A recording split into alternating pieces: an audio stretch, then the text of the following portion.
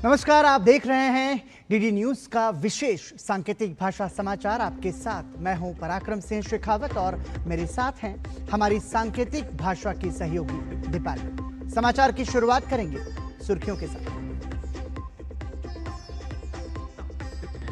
प्रधानमंत्री ने अहमदाबाद में दिखाई सुजुकी की पहली बैटरी इलेक्ट्रिक वाहन ई विटारा को झंडी। TDS lithium ion battery plant का भी किया उद्घाटन। कहा make in India make for the world के लक्ष्य की तरफ भारत की बड़ी छलांग।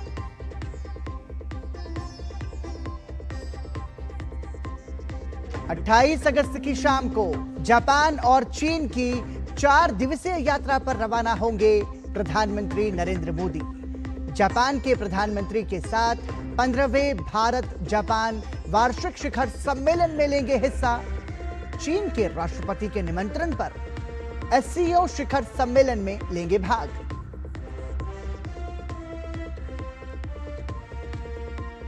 भारतीय नौसेना के बेड़े में शामिल हुए अत्याधुनिक स्वदेशी युद्धपोत आईएनएस उदयगिरी और आईएनएस हिमगिरी।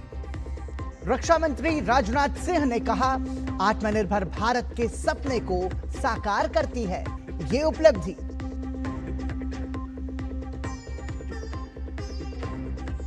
मतदाता सूची को त्रुटिहीन बनाने में जुटा चुनाव आयोग। एसआईआर पर देश भर की जनता से पूछे 5 सवाल।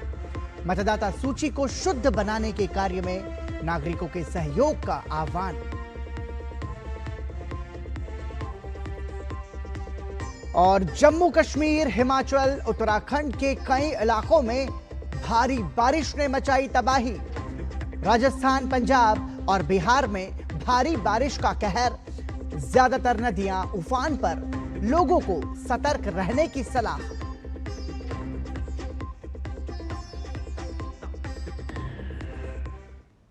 और सुर्खियों के बाद अब खबरों पर नजर विस्तार से।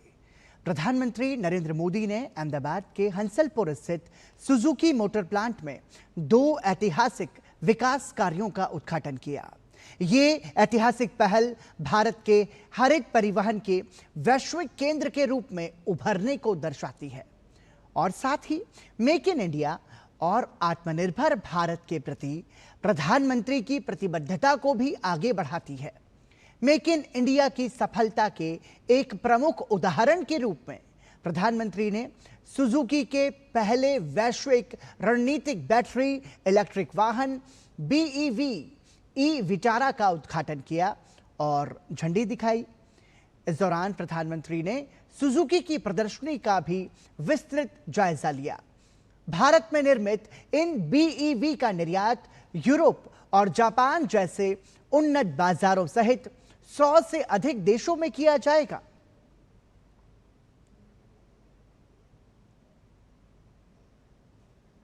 हरित ऊर्जा के क्षेत्र में आत्मनिर्भर बनने की दिशा में बड़े कदम उठाते हुए प्रधानमंत्री ने गुजरात स्थित टीडीएस लिथियम आयन बैटरी संयंत्र में हाइब्रिड बैटरी इलेक्ट्रोड के स्थानीय उत्पादन की शुरुआत के साथ भारत के बैटरी इकोसिस्टम के अगले चरण का भी उद्घाटन किया।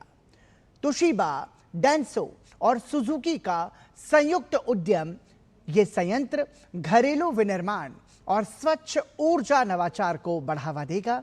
इससे अब 80% से अधिक बैटरी का निर्माण भारत में ही किया जाएगा।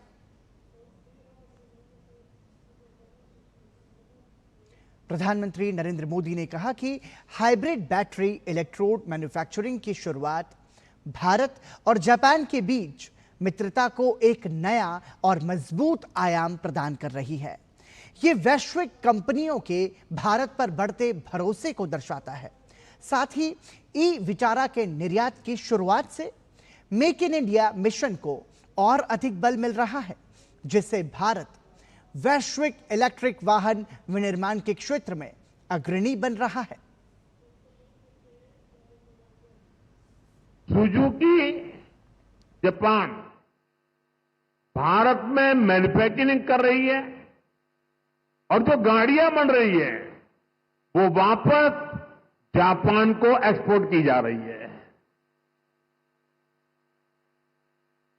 ये जापान और भारत के रिश्तों की मजबूती तो है ही, भारत को लेकर ग्लोबल कंपनियों के भरोसे को भी ये आपके सामने प्रस्तुत करता है। एक तरह से मारुति सुजुकी जैसी कंपनियां मेक इन इंडिया की ब्रांड एम्बेसडर बन चुकी है। लगातार 4 साल से मारुति भारत की सबसे बड़ी कार एक्सपोर्टर है। अब आज से ईवी एक्सपोर्ट को भी उसी स्केल पर ले जाने की शुरुआत हो रही है। अब दुनिया के दर्जनों देशों में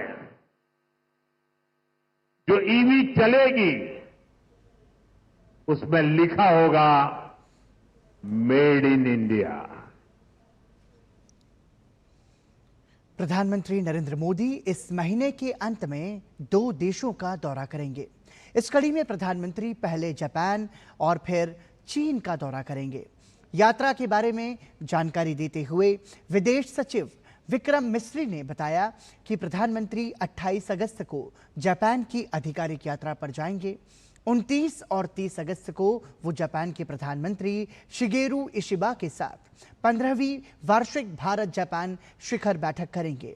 ये प्रधानमंत्री नरेंद्र मोदी की प्रधानमंत्री इशिबा के साथ पहली वार्षिक शिखर बैठक होगी। Prime Minister Shri Narendra Modi is embarking on an official visit to Japan on the evening of 28th August. He will be in Japan on the 29th and the 30th of August for holding the 15th India-Japan Annual Summit with the Prime Minister of Japan, His Excellency Shigeru Ishiba. This is a significant visit for several reasons. It's Prime Minister Modi's first annual summit with Prime Minister Ishiba. It is also his first standalone visit to Japan in nearly 7 years. He last visited for the annual summit in 2018.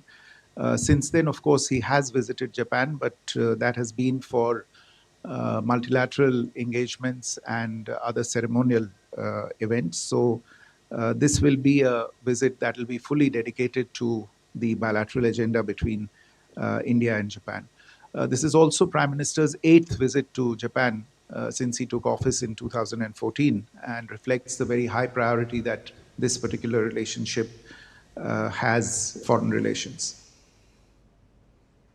इसके अलावा प्रधानमंत्री नरेंद्र मोदी चीन के राष्ट्रपति Xi Jinping के निमंत्रण पर Shanghai सहयोग संगठन शिखर सम्मेलन में भाग लेने के लिए 31 अगस्त और 1 सितंबर को चीन के तियानजिन का दौरा करेंगे। साथ ही एससीओ से इतर प्रधानमंत्री कुछ द्विपक्षीय बैठकें भी करेंगे। गौरतलब है कि एससीओ में भारत के अलावा बेलारूस, चीन, ईरान, कजाकिस्तान, किर्गिस्तान, पाकिस्तान, रूस, ताजिकिस्तान और उज्बेकिस्तान सदस्य हैं। भारत 2017 से सदस्य है और इससे पहले 2005 से पर्यवेक्षक था। Prime Minister Shri Narendra Modi will visit Tianjin, China, for the 25th meeting of the Council of Heads of State of the Shanghai Cooperation Council, the SCO, on 31st August and 1st September 2025, at the invitation of His Excellency President Xi Jinping of China. The SCO was established with the primary goal of countering 3 evils of terrorism, separatism, and extremism, which continue to remain a challenge. Today, as a regional platform, there is a broader range of sectors of cooperation among the SCO members. The SCO comprises 10 members. In addition to India, They include Belarus, China, Iran, Kazakhstan, Kyrgyzstan, Pakistan, Russia, Tajikistan, and Uzbekistan. There are a number of dialogue partners and observers also. India has been a member of the SCO since 2017, and earlier it was an observer since 2005.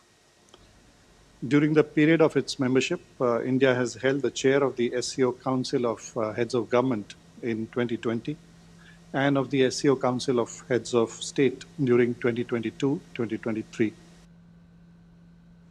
प्रधानमंत्री नरेंद्र मोदी की आगामी Japan यात्रा पर छत्तीसगढ़ के मुख्यमंत्री विष्णुदेव साय ने कहा कि प्रधानमंत्री नरेंद्र मोदी की यात्रा से दोनों देशों के बीच संबंध और मजबूत होंगे। जापान और भारत की दोस्ती लंबे समय से चली आ रही है, लेकिन उनकी इस यात्रा से ये संबंध और मजबूत होंगे और देश को लाभ पहुंचाएंगे।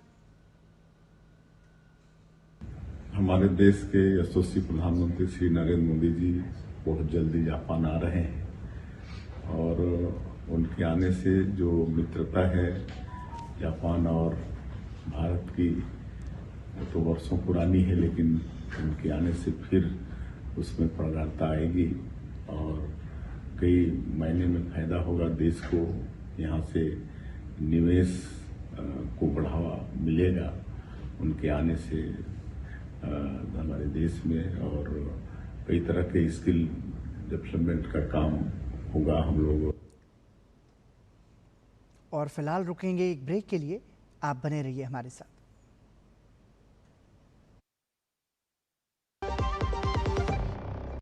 जब धरती चीर कर निकलता है लोहे का पत्थर और मिलता है मोंगिया के जोश से, फिर तपता है, पिघलता है और बनता है फौलाद।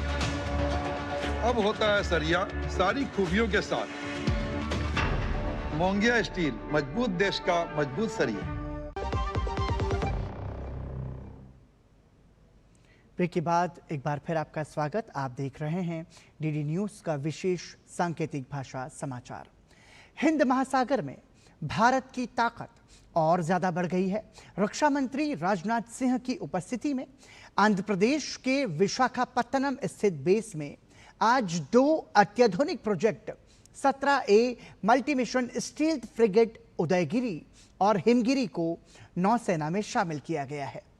उदयगिरी और हिमगिरी भारतीय नौसेना की नवीनतम अत्याधुनिक प्रोजेक्ट 17A से आते हैं और उनका जलावतरण ऐसा पहला अवसर है जब 2 अलग अलग शिपयार्ड में निर्मित 2 अग्रिम पंक्ति के सतही लड़ाकू जहाजों को एक साथ जलावतरण समारोह में शामिल किया गया। 2 अत्याधुनिक लड़ाकू जहाज भारतीय नौसेना के बेड़े में शामिल हो जाने से समुद्र में भारत की ताकत को और मजबूत करेंगे। रक्षा मंत्री राजनाथ सिंह ने इस ऐतिहासिक अवसर पर मौजूद रहने पर खुशी जाहिर की। उन्होंने इस मौके पर इंडियन नेवी का आभार जताया और सभी देशवासियों को बधाई दी। आज आईएनएस उदयगिरी और आईएनएस हिमगिरी की कमीशनिंग के इस हिस्टोरिक मोमेंट पर आप सबके बीच उपस्थित होना मुझे बेहद अच्छा लगा है। मैं राष्ट्र की तरफ से इंडियन नेवी के मेन एंड वीमेन के प्रति कृतज्ञता व्यक्त करता हूं, जो पूरे डेडिकेशन के साथ राष्ट्र की सेवा में लगे हुए हैं। मैं इंडियन नेवी के ऑफिसर्स तथा सोल्जर्स को, Mazagon dock ship builders limited को, गॉर्डन रीच शिप बिल्डर्स एवं इंजीनियर्स को और सभी देशवासियों को बहुत बहुत बधाई और हार्दिक शुभकामनाएं देता हूं। आईएनएस उदयगिरी और आईएनएस हिमगिरी की कमीशनिंग आत्मनिर्भर भारत के सपने की एक साकार होती तस्वीर है। साथ ही हमारे विजन और कमिटमेंट का भी मैं मानता हूं कि यह प्रमाण है। मैं इंडियन नेवी को इस अवसर पर और विशेष बधाई देता हूं। रक्षा मंत्री राजनाथ सिंह ने इन दोनों वॉरशिप के स्वदेश में निर्मित होने पर खुशी जाहिर की। उन्होंने कहा कि इससे देश की सुरक्षा को मजबूती मिली है, क्योंकि हिमगिरी और उदयगिरी दोनों ही अत्याधुनिक वॉरशिप हैं। आईएनएस उदयगिरी और आईएनएस हिमगिरी की बात करूं तो इन वारशिप्स के नाम भी अपने आप में इंस्पिरेशन हैं। उदयगिरी जो सूर्योदय का प्रतीक है, हमें यह याद दिलाता है कि हर नई सुबह नई ऊर्जा, नई चुनौतियों और नए अवसर लेकर आती है। वहीं दूसरी तरफ हिमगिरी नाम जो हिमालय की अडिग और अचल शक्ति का प्रतीक है, यह बताता है कि समुद्र की लहरों पर भी भारतीय नौसेना हिमालय की तरह ही अडिग है। ये दोनों अत्याधुनिक वारशिप्स हैं जिन्हें पूरी तरह भारत में ही निर्मित किया गया है। इन वारशिप्स के हथियार और सेंसर पैकेज इन्हें सागर का अजेय प्रहरी बनाते हैं। मुझे बताया गया है कि इन वारशिप्स में कई एडवांस कैपेबिलिटीज भी शामिल हैं। ये दोनों वारशिप लंबी दूरी तक मार करने वाली और surface to surface air missiles, supersonic BrahMos missile, स्वदेशी rocket launcher, torpedo launcher, combat management system और फायर कंट्रोल सिस्टम जैसे अत्याधुनिक और बेहद जरूरी सिस्टम से पूरी तरह लैस हैं। मध्य प्रदेश के महू में आयोजित कार्यक्रम रण संवाद को संबोधित करते हुए chief of defence staff Anil Chauhan ने कहा कि भारत हमेशा शांति के पक्ष में खड़ा रहा है, लेकिन ऐसा नहीं है कि हम शांतिवादी नहीं हो सकते। ये नहीं भूलना चाहिए कि शक्ति के बिना शांति काल्पनिक बात लगती है। India has always stood on the side of peace. We are a peace-loving nation, but don't mistake, we cannot be pacifists. I think peace without power is utopian. उन्होंने कहा कि भारत ने हमेशा शस्त्र और शास्त्र की बात एक साथ की है। जीत के लिए सैन्य रणनीति और योद्धाओं का साथ आना जरूरी है। इसका सबसे बड़ा उदाहरण महाभारत है। भारत गौतम बुद्ध, महावीर जैन और महात्मा गांधी की धरती है। We have always spoken about Shastra and Shastra in the same breath. They're never separable. They were actually the two blades of the same sword. Students in ancient times went to Gurukuls, a precursor to maybe modern-day Sainik schools, and they were exposed to combat skills as well as strategy and statecraft. Ran Samvad, in a way, is a continuation of that particular tradition, that a professional soldier must also be a scholar warrior. We know that combination of military strategy and warrior is essential to win. And the foremost and the best example of this is Mahabharata, actually, and Gita. We all are all aware that Arjuna was the greatest warrior of all times, actually. His battle skills were unmatched and legendary. Yet, he needed a Krishna to guide him towards victory. Krishna, he was the embodiment of worldly knowledge and wisdom. He is a master of statecraft and strategy, and both of them combined together, that's what actually Mahabharata was won. Similarly, we had Chandragupta, who needed the wisdom of Chanakya. And in western side, if you look, even Alexander needed the wisdom of Aristotle. India has been a land of Gautam Buddha, Mahavir Jain, and Mahatma Gandhi, all champions of non-violence. Chief of defence staff Anil Chauhan ने कहा कि रण संवाद का उद्देश्य भविष्य के लिए रणनीति पर विचार विमर्श करना है, जिससे अनुभव और तकनीक के बेहतर सामंजस्य से भविष्य की रणनीति तय की जा सके। The idea of Ran Samvad is to create space for actual practitioners, the young and the middle level officers, and encourage them. Ran Samvad, we expect ideas flowing irrespective of age, service, or experience. Let's discuss this important subject more freely. Run means actually war, and Samvad is something to do with dialogue. The seminar combines dialogue and conversations with war and war fighting.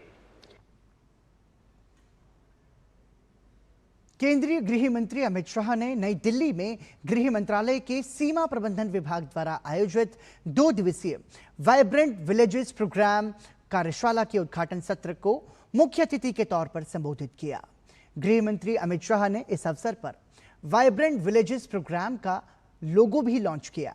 अपने संबोधन में गृह मंत्री अमित शाह ने कहा कि vibrant villages programme का विचार 3 बिंदुओं पर आधारित है, जिनमें सीमांत गांवों से पलायन रोकना, सीमांत गांवों के हर नागरिक को केंद्र एवं राज्य सरकार की योजनाओं का 100% लाभ सुनिश्चित करना और वीवीपी में चिन्हित गांवों को सीमा और देश की सुरक्षा के लिए एक उपकरण बनाना शामिल है। गृह मंत्री अमित शाह ने जोर देते हुए कहा कि वाइब्रेंट विलेजेस प्रोग्राम के लिए चिन्हित किए गए देश के पहले गांव कुछ साल बाद हमारे देश और उसकी सीमाओं की रक्षा के लिए बहुत महत्वपूर्ण उपकरण सिद्ध होंगे। चुनाव आयोग की ओर से बड़ा अपडेट आया है। मतदाता सूची के शुद्धिकरण प्रक्रिया को लेकर इंडी गठबंधन द्वारा लगातार सवाल खड़े किए जाने के बीच चुनाव आयोग ने अब सीधे देश के नागरिकों से महत्वपूर्ण सवाल पूछे हैं। चुनाव आयोग ने देश से 5 सवाल पूछे हैं। पहला सवाल है कि क्या मतदाता सूची की गहन जांच होनी चाहिए। दूसरा सवाल है कि मृतकों के नाम मतदाता सूची से हटाए जाने चाहिए या नहीं। तीसरा सवाल है कि जिन लोगों के नाम मतदाता सूची में 2 या इससे अधिक जगहों पर हैं, क्या उनके नाम एक ही जगह पर होने चाहिए या नहीं। चौथा सवाल है कि जो लोग स्थानांतरित हो चुके हैं, क्या उनके नाम मतदाता सूची से हटाए जाने चाहिए या नहीं। और 5वां और अंतिम सवाल है कि विदेशी नागरिकों के नाम मतदाता सूची से हटाने चाहिए या नहीं।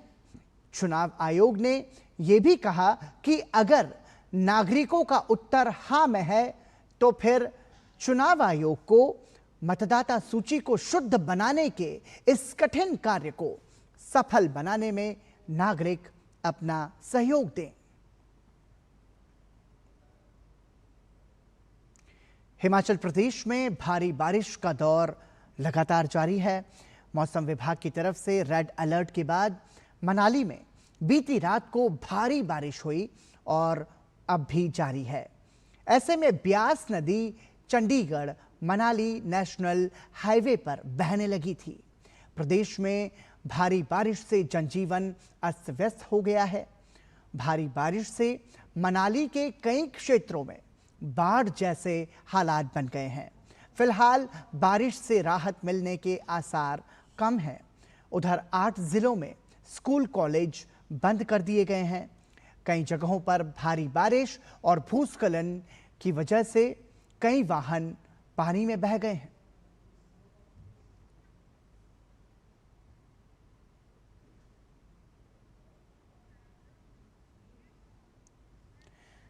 जम्मू कश्मीर में लगातार भारी बारिश हो रही है।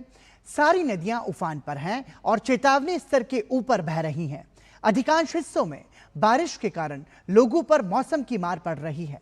कई जगहों पर मकान ढह गए हैं और पूरे क्षेत्र में महत्वपूर्ण स्ट्रक्चर और संपत्तियों को नुकसान पहुंचा है। प्रशासन ने अलर्ट जारी कर लोगों को नदी नालों से दूर रहने की चेतावनी दी है। साथ ही तटीय क्षेत्रों के आसपास के लोगों को सुरक्षित स्थान पर रहने की सलाह दी गई है। सुबह 3 बजे जो पानी आया, आज जो 4 मकान अभी तक बह चुके हैं, तो कल जो पानी आया था उसमें 7 मकान गिर चुके हैं। अभी तक टोटल यहाँ से 20 मकान और कुल्ले चले गए हैं। बारिश बहुत ज़्यादा है और लोगों का माल मवेशी था जो बीच में बह चुका है कुछ, तो बहुत ही बुरी हालत है। लोग डरे हुए हैं, घरों से भाग चुके हैं अभी तक। तो आप देखो माल मवेशी यहीं पे है जहाँ से निकाल रहे हैं आप। जम्मू कश्मीर के डोडा में भारी बारिश से बाढ़ जैसे हालात बन गए हैं। इस पर केंद्रीय मंत्री जितेंद्र सिंह ने सोशल मीडिया प्लेटफॉर्म एक्स पर लिखा, अभी डीसी डोडा श्री हरविंदर सिंह से बात की। उनके अनुसार भलेसा के चरवा इलाके में अचानक बाढ़ आने की सूचना मिली है। अभी तक इस अचानक बाढ़ से किसी के हताहत होने की सूचना नहीं है। प्रशासन स्थिति पर नजर बनाए हुए हैं। और मेरे कार्यालय को नियमित रूप से अपडेट भेजे जा रहे हैं।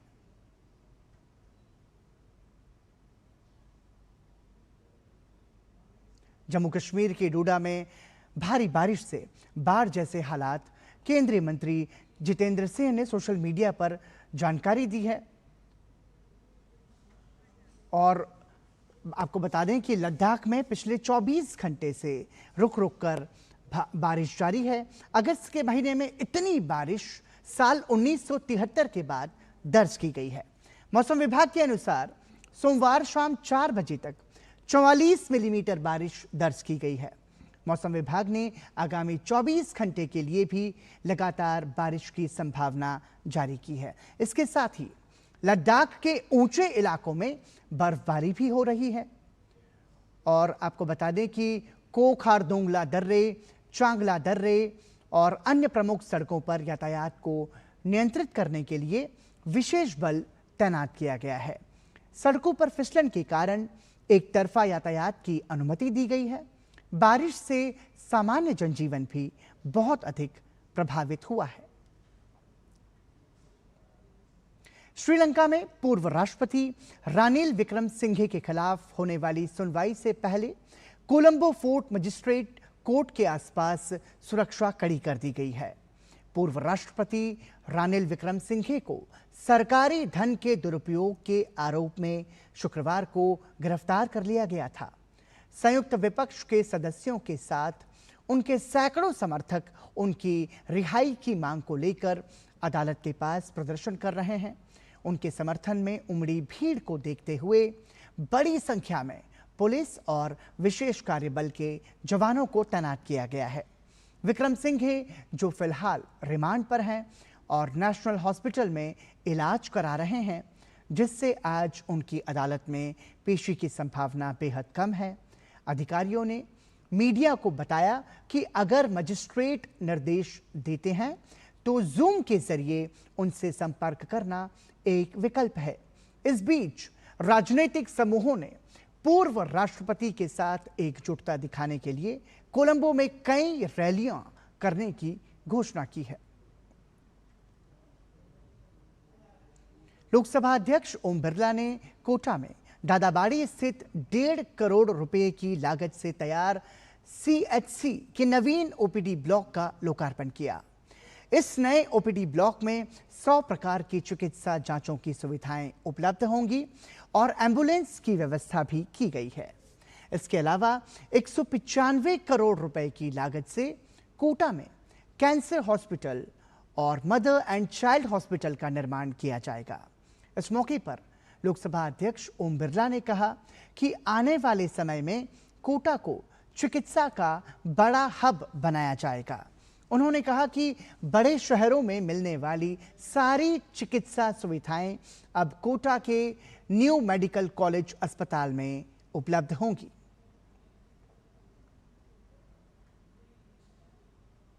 और डीडी न्यूज़ के विशेष सांकेतिक भाषा समाचार में अभी के लिए इतना ही। मुझे और हमारी सांकेतिक भाषा के सहयोगी दीपाली को दीजिए अनुमति।